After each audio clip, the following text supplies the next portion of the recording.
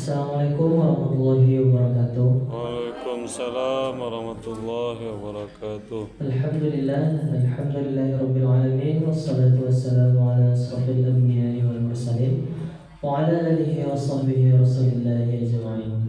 Asyhadu an la ilaha illallah wa asyhadu anna Muhammadar Rasulullah sallallahu alaihi wasallam la nabiyya ba'da amma ba'd. Puji syukur kita hadirkan buat Nabi besar kita Muhammad sallallahu alaihi wasallam, dan puji syukur kita ucapkan kepada Allah Subhanahu wa taala yang telah memberikan kita kesehatan dan kesempatan untuk hadir pada maghrib ini untuk mendengarkan ceramah dari Bapak Ustadz kita yang terhormat, Bapak Ustadz kita yang telah hadir di musola kita ini, yang terhormat pengurus musola At-Thaibah dan bapak-bapak, ibu-ibu, kaum muslimin dan kaum muslimat yang hadir pada malam hari ini. Untuk tidak memanjangkan kata-kata mukadimah, langsung saja kita masuk ke acara utama, yaitu adalah penyampaian ceramah agama yang akan disampaikan oleh Ustaz kita. Kepada Ustaz kita dipersilakan dengan segala hormat.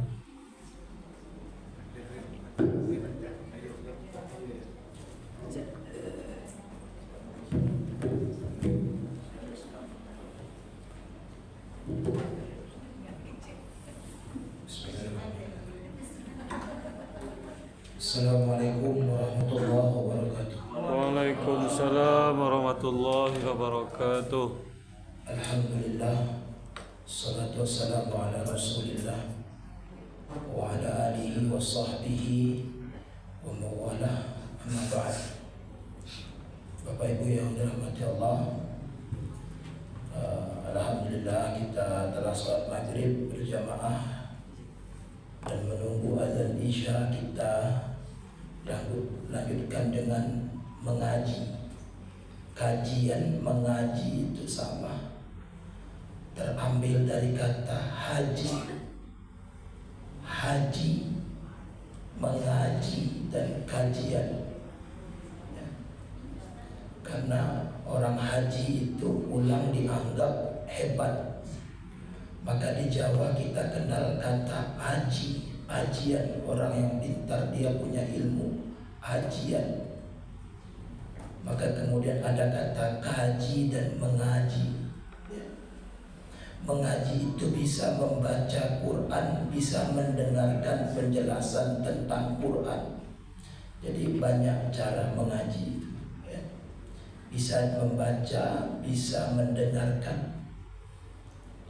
Bapak Ibu yang dirahmati Allah, kita malam ini sesuai dengan amanah, kita mengaji tentang sirah. Terakhir sampai kita pada Nabi Muhammad dibawa oleh Halimah. Jadi air susu ibunya kering, lalu dibawa oleh Halimah, diupahkan untuk disusukan. Halimah ini menyusui Nabi itu dengan upah. Orang miskin tinggal di Taif. Taif itu kalau di Padang ini, Mekahnya Padang, Taif itu di Muarolabua. Daerahnya sejuk, tinggi, dataran tinggi, penghasil anggur. Jadi udaranya sejuk. Nabi dibawa ke sana, Nabi kecil, oleh Halimatus Sa'diyah untuk disusui.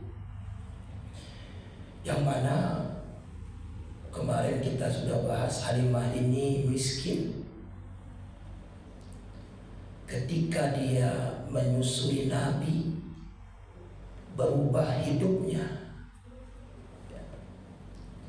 Percaya atau tidak percaya, itu dalam kitab-kitab sirah dikatakan Halimah itu punya onta yang tua, susunya tidak keluar lagi, ontanya udah tua, mau disembelih aja karena sudah bisa menghasilkan lagi. Pas Nabi Muhammad dibawa ke rumahnya, ontanya yang tua yang tidak keluar susu itu mendadak banyak susunya.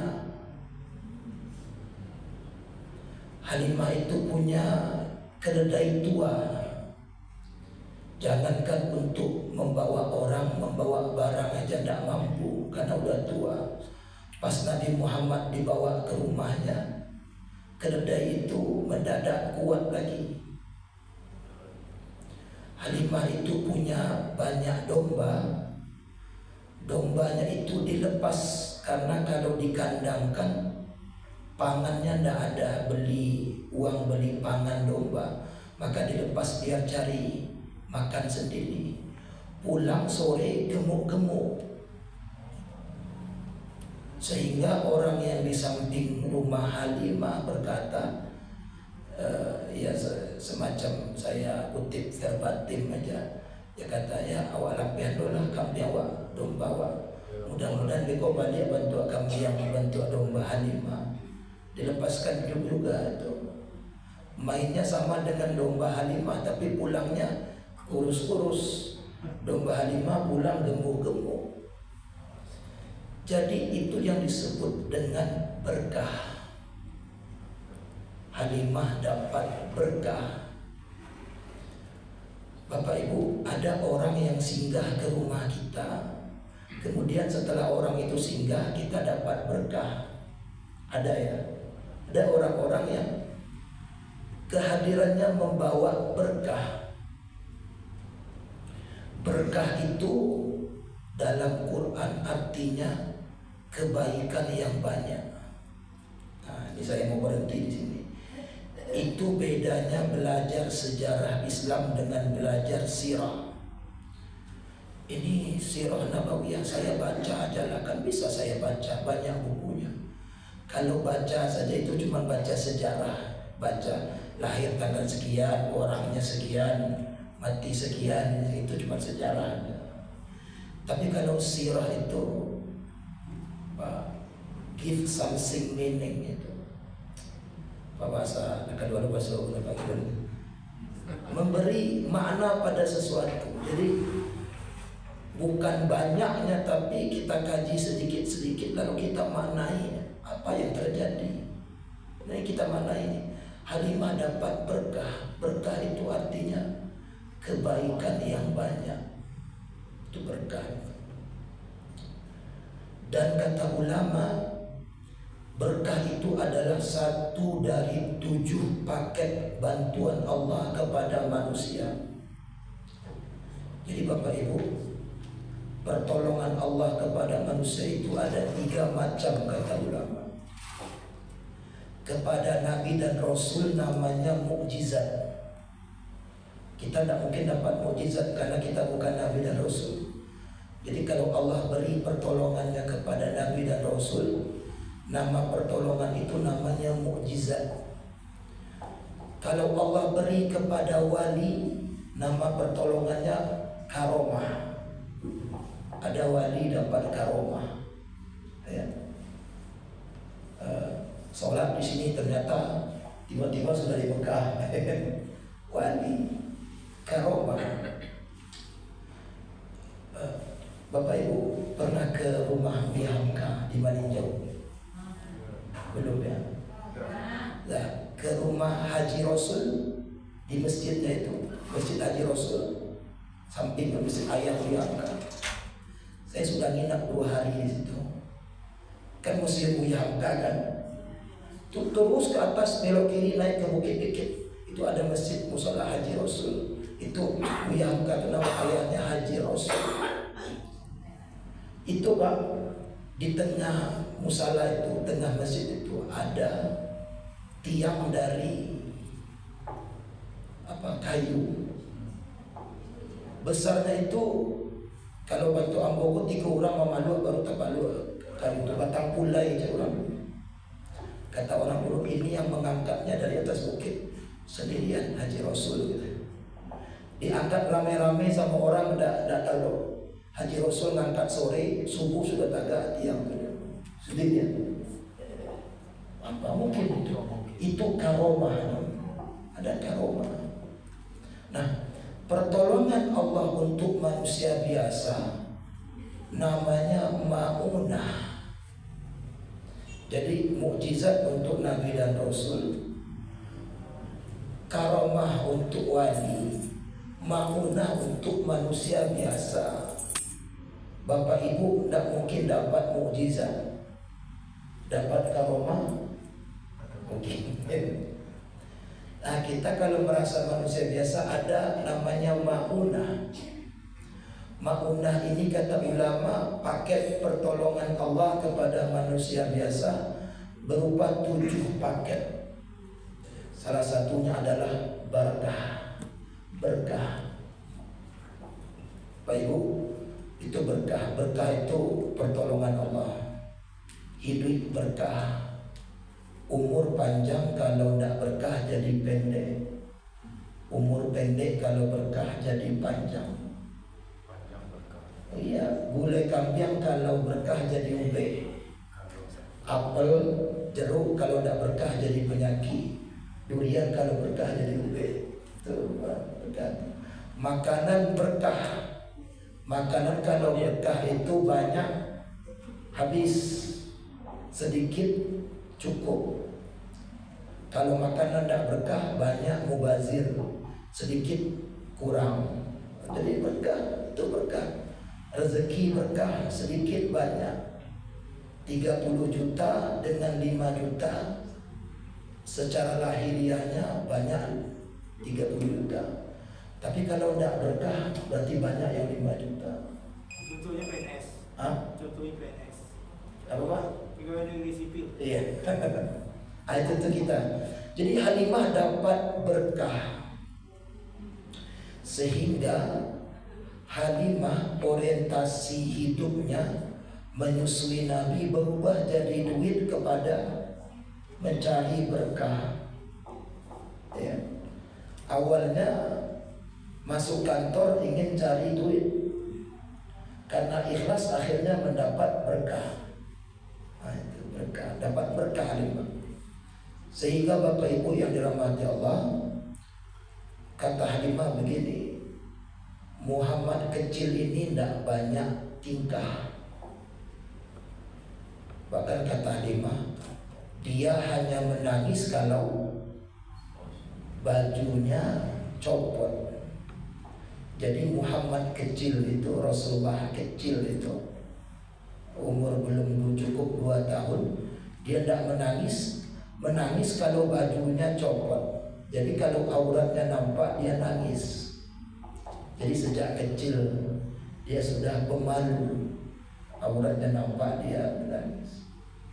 Bahkan kalau kita lanjut, ada satu sejarah riwayat Nabi sedang memperbaiki Ka'bah, tergelincir. Tergelincir apa nih? Tergelincir. Ini untuk nasional itu ya. Tergelincir, jatuh, nampak betisnya, pakai gamis nampak betisnya, lalu dia malu, merah wajahnya. Itu. Nah, jadi Nabi itu sebagai laki-laki betisnya nampak saja malu. Nah, perempuan pahanya nampak ada malu. Jadi Rasulullah itu, padahal betis itu bukan aurat laki-laki, itu hanya batas. Jadi jangankan auratnya, hampir batasnya nampak dia sudah malu. Itu Rasulullah. Jadi kata Halimah, ini si kecil ini katanya hanya menangis kalau bajunya, sejak kecil suka baju putih, warna putih. Sensi petnya warna, itu apa sensi pet? Nah, sensi pet kalau apa pernah tahu lah. Kalau bayi itu kan ada alasnya tuh. Apa kalau dibeli di Budiman tuh sensi pet namanya tuh. 145.000 satu pak. Ada popo dong, kalau popo pakai alas tuh, dia tidur kan pakai alas itu. Nah, alas tidurnya itu warna hijau. Makanya Nabi itu suka dari kecil suka pakaian warna putih, aksesorisnya warna hijau dari kecil itu. Kata Halimatus Sa'diyah, kalau dipakaikan alas warna lain dia gelisah, kalau dipakaikan alas warna hijau dia tenang. Terus katanya kalau tidak mau tidur malam-malam aku ajak keluar rumah lihat bintang, dia tidur. Jadi kalau payah lalunya, Nabi kecil itu obatnya keluar lihat bintang, tidur. Kalau anak sekarang kalau susah tidur kasih HP, suruh main, nanti tidur. Nah itu dia. Dan kita sekarang jarang yang tidur, banyak tertidur. Saya masih ingat kalau waktu kecil itu kalau tidur itu buyut tidur. Cuci muka, gosok gigi, cuci kaki, cuci tangan, masuk kamar doa, lalu apuan bantah mati lampu lalu tidur. Sekarang orang banyak tertidur, main HP lalu tiba-tiba udah azan aja. Pakai headset dengan musik atau tahu sudah kaki belum dicuci, ini belum digosok, belum doa, nonton TV udah tahu udah lenyap saja. Nanti bangun udah pagi TV bakal TV ya. Itu kita sekarang banyak tertidur, bukan tidur. Nah, Nabi itu tidur ya. Nah, Bapak Ibu yang dirahmati Allah, itu kehidupan Nabi kecil bersama Halimah. Halimah punya 4 orang anak ya. Anaknya itu saya lupa namanya itu. Yang paling besar namanya Syaimah. Kalau Halimah pergi ke pasar, Nabi kecil ini Syaimah yang menjaga. Ketika Nabi kecil ini digendong oleh Syaimah, Nabi kecil ini sering menggigit apa namanya ini? Bahu Syaimah, sehingga berbekaslah bahunya. Itu Syaimah. Nah, 2 tahun karena banyak berkah, Halimah minta tambah. Halimah pergi ke Mekah, harusnya kan sudah selesai 2 tahun menyusui, tapi kata Halimah, Aminah masuk menyusui anak kau adalah selesai, tapi boleh ada anak kau tertinggal yang mau di Taif. Ya. Kata Aminah tak mau, anak satu-satunya dia bawa. Tapi diyakinkan oleh kakeknya Abdul Muthalib, biarlah di situ saja, di situ udaranya bersih. Bantu awak kan, kalau di alat panjang kan bersih, dataran di situ bersih, sehat. Akhirnya Aminah kasih. Akhirnya tinggallah Nabi kecil ini, tambah lagi 2 tahun, 3 tahun, sampai umur 4 tahun, maka terjadilah kejadian itu yang membuat Halimah menyerahkan, mengembalikan Nabi Muhammad kecil ini kepada ibunya. Apa kejadian itu? Ketika Rasulullah, Nabi Muhammad yang kecil ini bermain dengan anak seusianya, tahu-tahu datang orang membedah. Itu disebut malaikat datang membedah dadanya. Lari anak-anak ke Halimah, ante Muhammad di dapi ada orang tuh, itulah kira-kira gitu. Terkejut Halimah mencari, dia lihat Nabi Muhammad sudah dalam keadaan utuh dan berkeringat. Maka Halimah takut, dia dikira ini pembunuhan. Maka Halimah mengembalikan Nabi Muhammad kecil kepada ibunya di umur 4 tahun. Bapak Ibu yang dirahmati Allah, mari kita beri makna pada kejadian ini. Nabi Muhammad dibedah dadanya. Semua ulama sepakat itu ada. Jadi kejadian itu ada. Nabi Muhammad dibedah dadanya. Ulama-ulama sepakat. Tapi mereka berbeda tentang setelah dibedah apa yang dilakukan malaikat terhadap dada Nabi itu. Ada 2 pendapat besar. Bapak Ibu mau ambil yang mana silakan.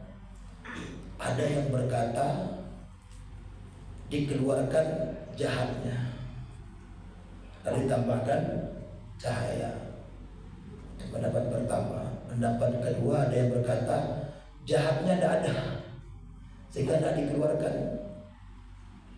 tapi cahayanya yang ditambah. Pak Ibu, sajwa, kalau saya buka segelnya bisa minum atau tidak? Kenapa? Karena sudah bersih dari pabriknya. Tidak perlu lagi saya cuci lagi, saya rebus dulu. Ada ulama yang berpendapat Nabi Muhammad itu jiwanya sudah bersih. Jadi apa yang diambil, tidak ada jahat dalam dirinya. Dia seperti air yang masih tersegel ini. Jadi jiwanya sudah bersih. Ya, jiwa itu apa? Saya mau terangkan Bapak Ibu ya. Tuh kita mau kasih makna ini ya. Manusia itu, kita ini terdiri dari 3 lapis. Yang paling luar namanya jasad, tubuh yang nampak kot jasad.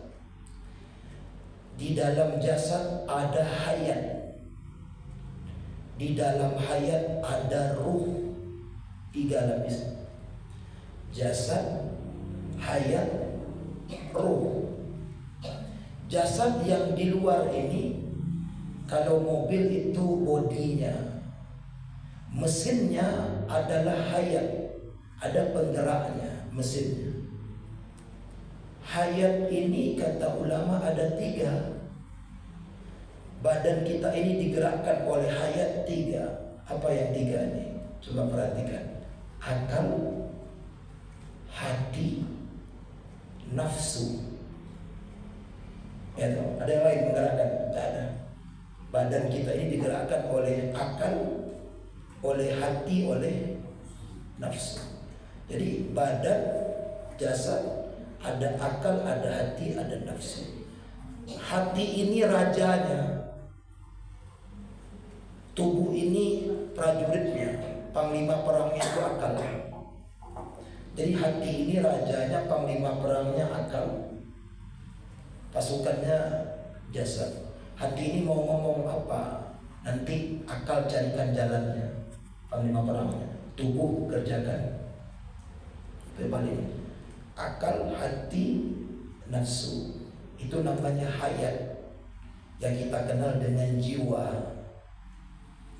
Di dalam hayat ada namanya ruh.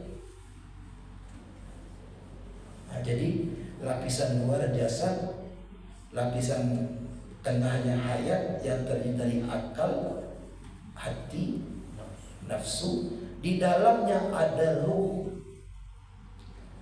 Kata ulama, yang nomor 1 dan nomor 2 bisa diubah, yang nomor 3 tidak bisa diubah. Yang tidak bisa diubah itu ruh. Ruh itu tidak bisa diubah. Yang nomor 1, nomor 2 bisa diubah. Nomor 1 jasad, bisa sekali. Yang hitam bisa jadi putih. Yang pesek bisa jadi mancuang. Yang rambut hitam bisa dibuat rambut pirang, bisa dibuat rambut coklat, abu-abu, pink, oranye, bisa sekali. Yang rambut ya itu ada cat, diubah maksud saya. Jasadnya boleh diubah. Yang tanggiang bisa jadi pakai behel, bisa jadi rapi lagi. Ya, yang alisnya tipis bisa buat tebal. Jadi jasad bisa diubah. Hati-hati loh, hidup ini bukan jasad saja. Ada hayat. Ini ada yang menarik ya. Saya ingat ini, saya di kampus ngajar tafsir sufi. Ada seorang sufi, Jalaluddin Rumi.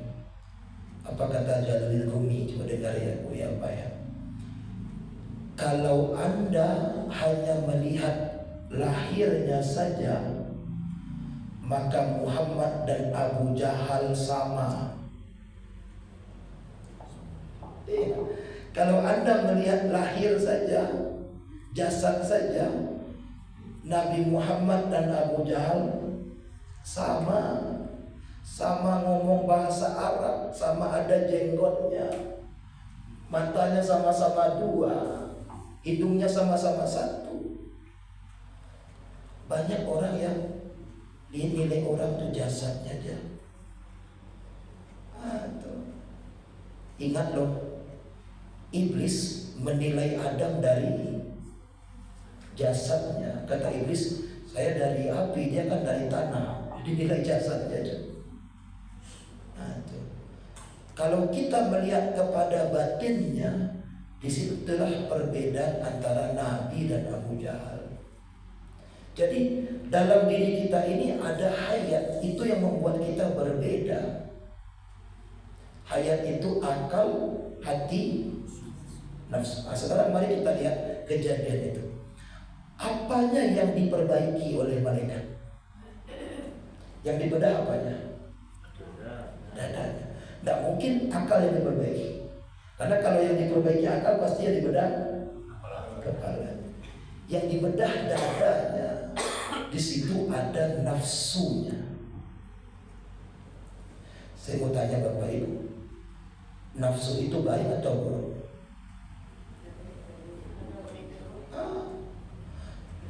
Nafsu itu penting. Kalau tidak penting, tidak berkembang, kita nggak punya anak, tidak punya makan, tidak ini, tidak punya nafsu. Makanya nafsu itu tidak dihilangkan, tapi dikendalikan. Saya mau menghilangkan nafsu saya, dikendalikan. Sekarang kita lihat nafsu Nabi Muhammad dibedah. Ya sudah. Kata ulama, jadi itu sirah Pak. Kalau sirah itu bukan bicara sejarah aja. Kalau dongeng aja itu sejarah, cerita aja. Kita ambil sedikit lalu kita pahami. Dibedah dadanya, nafsunya. Nafsu itu ada 3 macam. Coba sekarang kita sambil menghitung diri kita yang mana nih? Kata ulama ada nafsu tipe bahimah. Bahimah itu hewan ternak. Nafsu yang bahimah ini maunya enak saja, maunya yang enak-enak saja. Pak bisa beli gratis. Dia mau yang enak aja. Hadir pasnya apa makanannya? Alai perai. Jadi maunya yang enak-enak aja. Mau tidur, mau ini, malah sholat subuh yang enak tidur, maunya yang enak-enak saja. Itu bahimah. Ada yang kedua namanya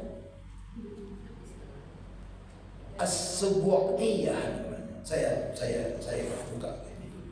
Saya kalau sabu'iyah, ya. Sabu'iyah.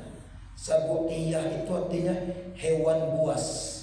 Yang tadi hewan ternak, pengen enak-enak saja. Yang kedua nafsu sabu'iyah, hewan buas, pengennya memakan, ego, pengen menang, mau mengalahkan, membanding-bandingkan, tidak mau kalah dengan orang lain. Jadi mau rumah saya lebih bagus, pendidikan saya lebih tinggi. Apa dia?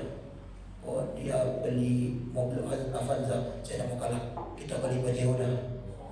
Dia pengen mengalahkan, namanya nafsu sabu'iyah. Yang tadi pengen enak-enak saja, yang ini pengen mengalahkan. Nabi Muhammad tidak mungkin punya nafsu yang pertama. Nabi Muhammad tidak ada nafsu yang kedua. Ada nafsu yang ketiga namanya nafsu an-natiqah. Nafsu cerdas. Nafsu as-sadiqah namanya. Nafsu yang lurus. Bantu tadi nafsu makan, ya kan? Nafsu minum, itu as-sadiqah. Jadi kalau kata ulama tadi, kalau Nabi punya nafsu sadiqah ini, untuk apa diperbaiki? Makanya kata ulama, dibuka dadanya bukan mengambil yang jahat, tapi cuma menambah yang baik. Karena yang jahatnya tidak ada. Itu kata ulama. Kita lebih dalam. Sekarang kita lihat dari perspektif, ini kalau mau diambil jahatnya, dari perspektif situasinya lagi. Coba kita lihat kondisi kita ini. Ada nafsu itu dari sisi situasinya, Bapak Ibu. Ada yang paling parah itu nafsul ammarah. Nafsul ammarah itu ditandai dengan nafsu yang dia berbuat maksiat dan menikmati kemaksiatannya. Jadi kalau Bapak Ibu membuat dosa dan menikmati dosa itu tandanya ammarah, nafsu ammarah. Kalau dibilang kepada hati namanya qalbun mayyit, hatinya mati. Orang yang berbuat dosa menikmati dosanya. Saya Ustaz, kalau ngaji itu setengah jam itu kok lidah saya itu panik-panik. Tapi kalau berkunjung 3 jam itu tidak terasa loh Ustaz. Enak loh, sampai malam itu tidak terasa capek loh. Tapi kalau baca Quran 1 jam itu kok capek loh. Ada orang begitu. Dia berbuat maksiat kemudian menikmati maksiatnya. Saya itu kalau dengar azan kok ngantuk, tapi kalau dengar orang bicarakan orang lain langsung nyala mata saya. Siap-siap ya. Ada kan begitu. Ada orang begitu. Ya. Makanya Bapak Ibu, tak heran kalau orang Yahudi itu membunuh anak-anak dan menikmatinya. Orang Yahudi itu kan membunuh dan menikmatinya. Saya ini kalau lewat di beranda saya tentang Gaza, anak-anak yang kepalanya tidak ada, ini sudah hancur matanya itu lewat, saya skip. Bukan saya tidak peduli, saya tidak tahan melihatnya. Jadi orang Yahudi itu lihat, udah mati dia. Ada kita itu. Ada teman dapat musibah, mati lah ya, asai lah ya. Ada orang kita itu, ada orang dapat musibah, asai lah aja tu, hanya hilang betul, mati lah, asai lah. Ya. Ada orang kita itu menikmati, mengumpat menikmatinya, menggunjing menikmatinya. Bahkan Yahudi membunuh menikmatinya. Orang menikmati dosa itu, menikmati maksiat. Itu namanya nafsun ammarah. Yang kedua namanya nafsun lawamah. Lawamah itu kalau dalam hati namanya sakit. Kalau tadi hatinya mati, kalau ini hatinya sakit. Lawamah itu cirinya begini. Ibu mau buat maksiat tapi ada pertengkaran dalam hati. Ambil dah ya. Uang dah ada nih, tapi aduh piti jatuh 500 ribu. Tak piti, tapi ambil ya, piti nak begini doang. Biasa cara bertengkar dia dalam hati. Bercakap antara kebaikan dan akhirnya kalah kebaikannya. Ambillah, nanti tobat ambil. Itu namanya lawamah. Kalau tadi berbuat maksiat menikmatinya. Kalau ini berbuat maksiat kemudian menyesalinya, itu lawamah. Ya kalah Pak, tapi menyesal lagi. Lawam. Yang ketiga nafsun malhamah. Ada pertengkaran dalam hati, buat baik atau buruk nanti dibenangkan oleh yang baik. Ya buat baik tapi bertengkar dalam hati, malhamah.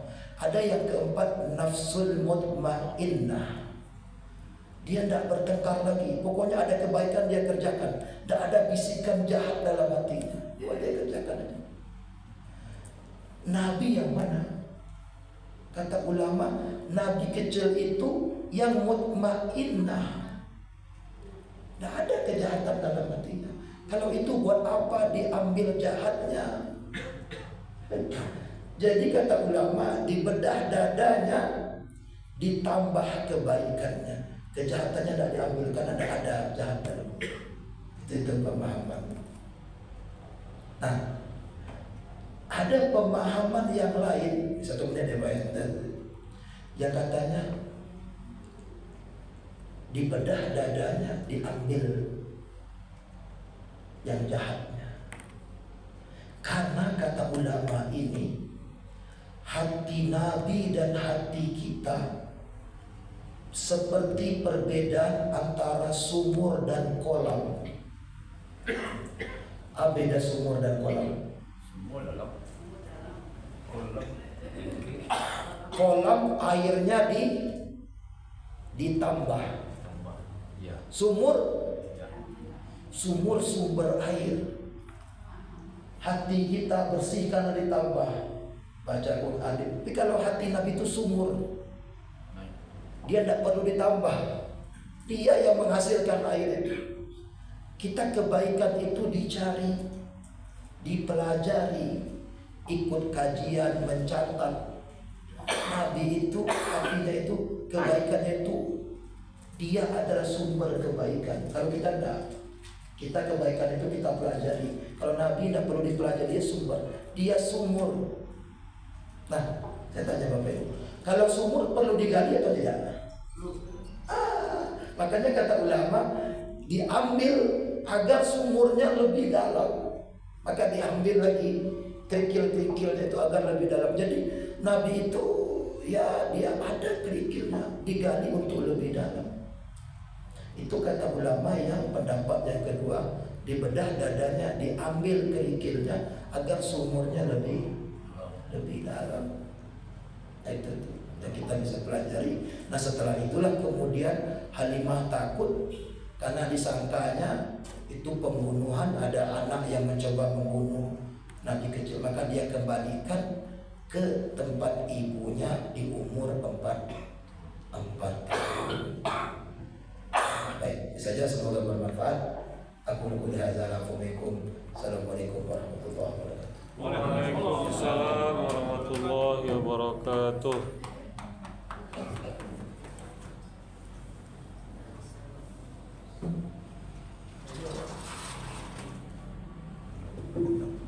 Terima kasih banyak kita ucapkan kepada Ustaz yang telah berbagi kepada kita bersama wawasan tentang sirah Nabi Muhammad SAW. Semoga menjadi manfaat bagi kita bersama. Amin ya rabbal alamin. Assalamualaikum warahmatullahi wabarakatuh. Waalaikumsalam warahmatullahi wabarakatuh. Sirah Nabi Muhammad ya.